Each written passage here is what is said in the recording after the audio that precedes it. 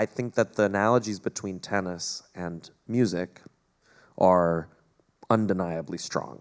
There's so many elements. There's like mental strength, there's physical strength, there's technique, there's the chess. It's like, for me, it's like a marathon and chess at the same time. You know, it's like, it's just everything for me, like music, you know? And so there are lots and lots of parallels. And I think the really beautiful thing about both of them is that they really teach you how to deal with life. You know, they teach you that, okay, you're down 5-1, but if you win every point from here on out, you win the match. It teaches you a lot about perseverance, about like mental fortitude, about perspective, about not being too hard on yourself. It's amazing. I want to play right now. It's amazing. It's so amazing. I think they have night courts over at Golden Gate. So dude, don't really. Amazing. Turning back to music, and go with me here, but your newest obsession is writing. The book is The Inner Game of Music. Oh. What would you write about? Tennis.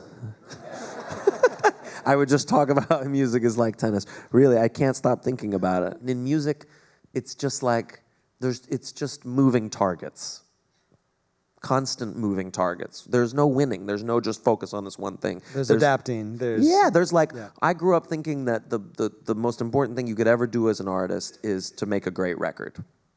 You know, and then when you make a great record labels promote that record, and then you get rich, and then you sell loads of them, and then it's like, oh, Spotify, you know? And then you're like, oh, wait, okay, so I just spent $30,000 making this record, and then now I have to get 30 million streams for me to make $2,000. So then, you know, you do like this crazy math, and then you're like, okay, yeah, but now records are not about making money. They're like a business card so that you can do your live gigs. And it's like, oh, okay, then we do that, you know? And then flight tickets go way up, and then like, you know, petroleum goes way up, and like blah, blah, blah, blah, blah. And then you're just like, oh, okay, so that doesn't make money. So then touring is like a business card for, like, what are we using? We're like using a business card for a business card for a business. Like, what are we doing, you know?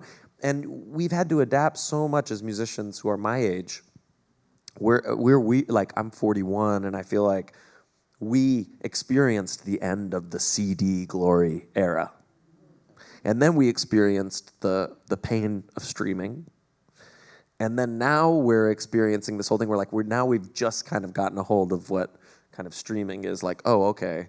Like now I'm just starting to accept that records don't make money.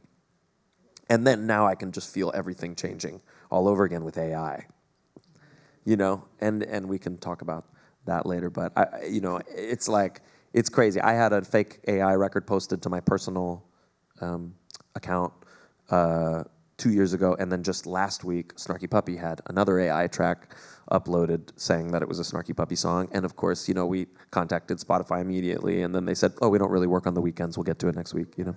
And it's like, oh, great. Yeah. Fantastic. It was probably an AI bot that responded to that, actually. How are the tracks, though?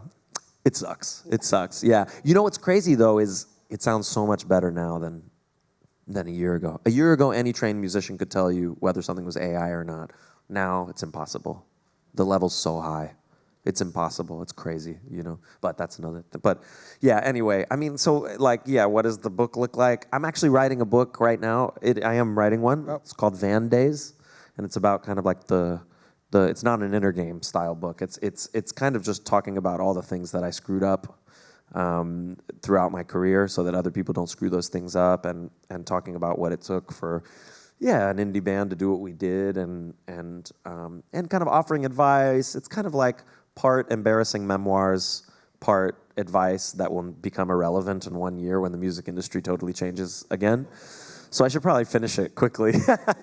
But yeah, it's crazy for us. It's such a weird gig, you know. A friend of mine called me today, and I produced a record for her years ago, and she was just like, she feels like she hasn't really moved on much since, and she was saying, what, like, give me advice, what can I do? And I was just like, I don't know anymore.